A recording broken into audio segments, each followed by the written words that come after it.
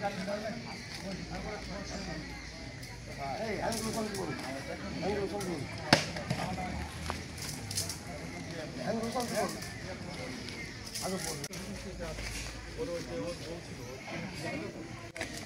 ঠিক আছে বুঝতো, এটা মাটি শুকনো। এখন থেকে তুমি ফটোগ্রাফার সমস্ত ছবি তুলে আমাকে দিবা, আমি কিন্তু নাম লিখবো, ধর আমি লিখছি যে এখন এই অমুকের, এটা সেলিম।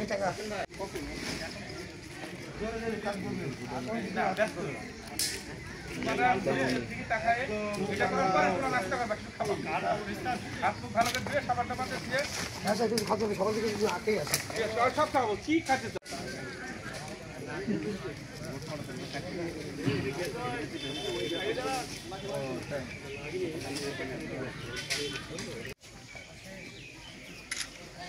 ওই পাখনা বইতে গেলে মরণের পাখনা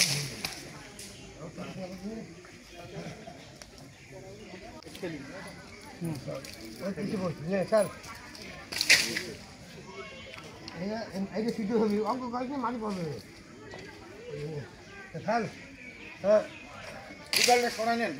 জি। আপনাকে লোকই তো মাল দিয়ে যায়, আমাদের লোক মাল আপনারা টাকা খেয়ে তো আবার ছেড়ে দেবেন, এটা কি মিডিয়া জানে না? আপনারা দুদিন রেখে তো আবার আমার বাবার তুলছেন, আমরা মেনে নিচ্ছি, আবার তো যাদের ধরছেন তারা টাকা দিয়ে আবার চলে আসবে, তাহলে বিচার হইল কই? ধরার দায়িত্ব হচ্ছে আমাদের, আর ছাড়ার দায়িত্ব হচ্ছে বিজ্ঞ আদালতের। বিজ্ঞ আদালতের উপরে তো আমাদের যাওয়ার কোনো, যারা ব্যবসা করছে তারা তো এখনো ব্যবসা করছে, তাদের এখনো কিছু হয়নি। তাদের নাম দাও, তাদের নাম ঠিকানা দাও, তাদেরকে আমরা ব্যবস্থা দেবো। তারা তুমি তোমার নাম কি? শানি। শানি, বয়স কত? 18। 18। কি করো তুমি? আরতে কাজ করি, মাছের আড়তে। মাছের আড়তে? ও আচ্ছা। তা তুমি মাছের আড়তে কোন কোন জায়গায় কাজ করো? মুতালিব, আমার চাচার আড়ত। চাচার আড়তে থাকো। তোমার যদি যারা এই কাজের সাথে জড়িত, তোমার সাথে আমরা যোগাযোগ করবো, আমাদেরকে শাস্তি হবে, ঠিক আছে? আর শাস্তি দেওয়ার দায়িত্ব হচ্ছে বিজ্ঞ আদালতে। আমাদের দায়িত্ব হচ্ছে যে অপরাধ করবে তাকে আমরা গ্রেফতার করে তাদেরকে আমরা বিজ্ঞ আদালতে সমর্থন করবো, এই পর্যন্ত আমাদের দায়িত্ব, ঠিক আছে? শোনো, আচ্ছা, ভালো থাকো।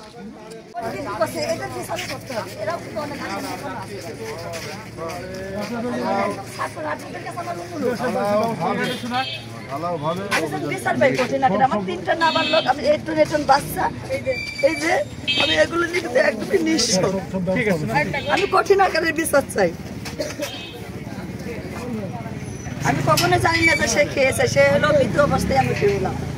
সকালে সে হাইটেছে, আমার মেয়ের সাথে কথা বলেছে, তারপরে যে শোয়ার পরে আমি 8টার সময় ডেকে দেখছি আর সে নেই। আমি যেন কঠিন আকারের বিচার পাই, কোনো মাদক ব্যবসায়ী যেন না থাকে, এবং বড়ি বিক্রি হচ্ছে এখনকার ডিঙে দেয়, এগুলো যাতে বন্ধ হয়ে যায়, এগুলো বন্ধ করতে হবে অবশ্যই। খাইরুল নামের ব্যবসায়ী আছে ডিঙে দেয়, এটা যেন বন্ধ হয়। আমি 100 বার আপনাদের কাছে অনুরোধ যেন বন্ধ হয়ে যায় সবকিছু। অত্যন্ত একটা দুঃখের বিষয় যে গত 11 তারিখ দিনগত হচ্ছে শনিবার ছিল, আমাদের এলাকায় কিছু মানুষ অ্যালকোহল জনিত কারণে মৃত্যুবরণ করছিল। তো অনেকের তথ্য গোপন করেই হসপিটালে চিকিৎসা নিয়েছে। যারা তথ্য গোপন করে চিকিৎসা নিয়েছিল তাদেরকে হচ্ছে পরিবারের থেকে দাফন করে দিয়েছে। আদালতের যতটুকু জানতে পারছি, আদালতের রায় অনুযায়ী আজকে ওদের হচ্ছে যারা পোস্টমর্টম বাদে দাফন করছিল তাদের লাশ উত্তোলন হচ্ছে। পরবর্তীতে আদালতের প্রক্রিয়াধীন বা নিয়ম যেটা আছে, পরবর্তীতে সেই আমরা অপেক্ষায় থাকলাম। আর একটা বিষয় আপনাদের মাধ্যমে জানাতে চাই যে মাদক জিনিসটা আমাদের মানে সমাজে এখন খুব সহজ দ্রব্য পরিণত হয়েছে। আমরা চাচ্ছি এই জিনিসটা চিরতরের জন্য মুক্ত হোক, মানে সমাজটা সুস্থভাবে ভালো থাকুক, মানে আমরা চাচ্ছি এটা সমাধানের জন্য। মাদকগুলা বেচে এই ঈদের শাস্তি হওয়া উচিত, এটা ভালো না বেচে তাহলে এই মানুষগুলা নির্ভরভাবে মরতো না, ঠিক আছে? এইখানে পুলিশগুলোরও খেয়াল রাখতে হবে যে যারা মাদকগুলা বেচে কারা বেচে, এটা ধরার চেষ্টা করতে হবে।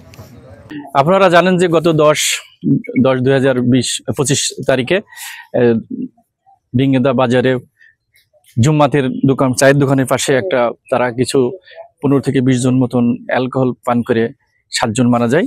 এই সংক্রান্ত ব্যাপারে লালটুর ভাই রাকিবুল সে এই মামলা দায়ের করেন।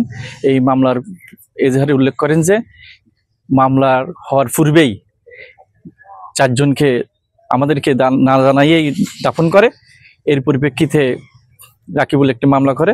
আমরা এই লাশের মৃত্যুর কারণ নির্ণয় করার জন্য আমি বিজ্ঞ আদালতে 15/10/2025 তারিখে আবেদন দাখিল করি।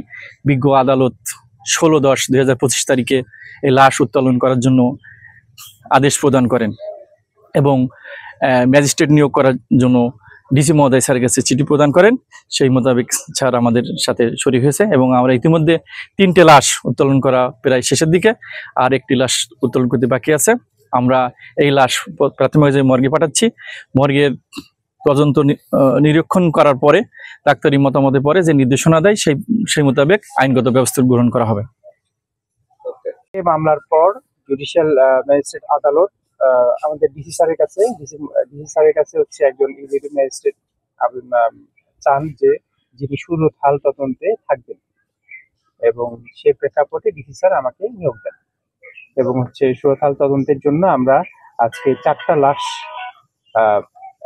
সুরত হাল তদন্তের জন্য আমরা 4টা লাশ উত্তোলন করছি এবং এগুলো হচ্ছে হাসপাতালে পাঠাবো ময়নাতদন্তের জন্য।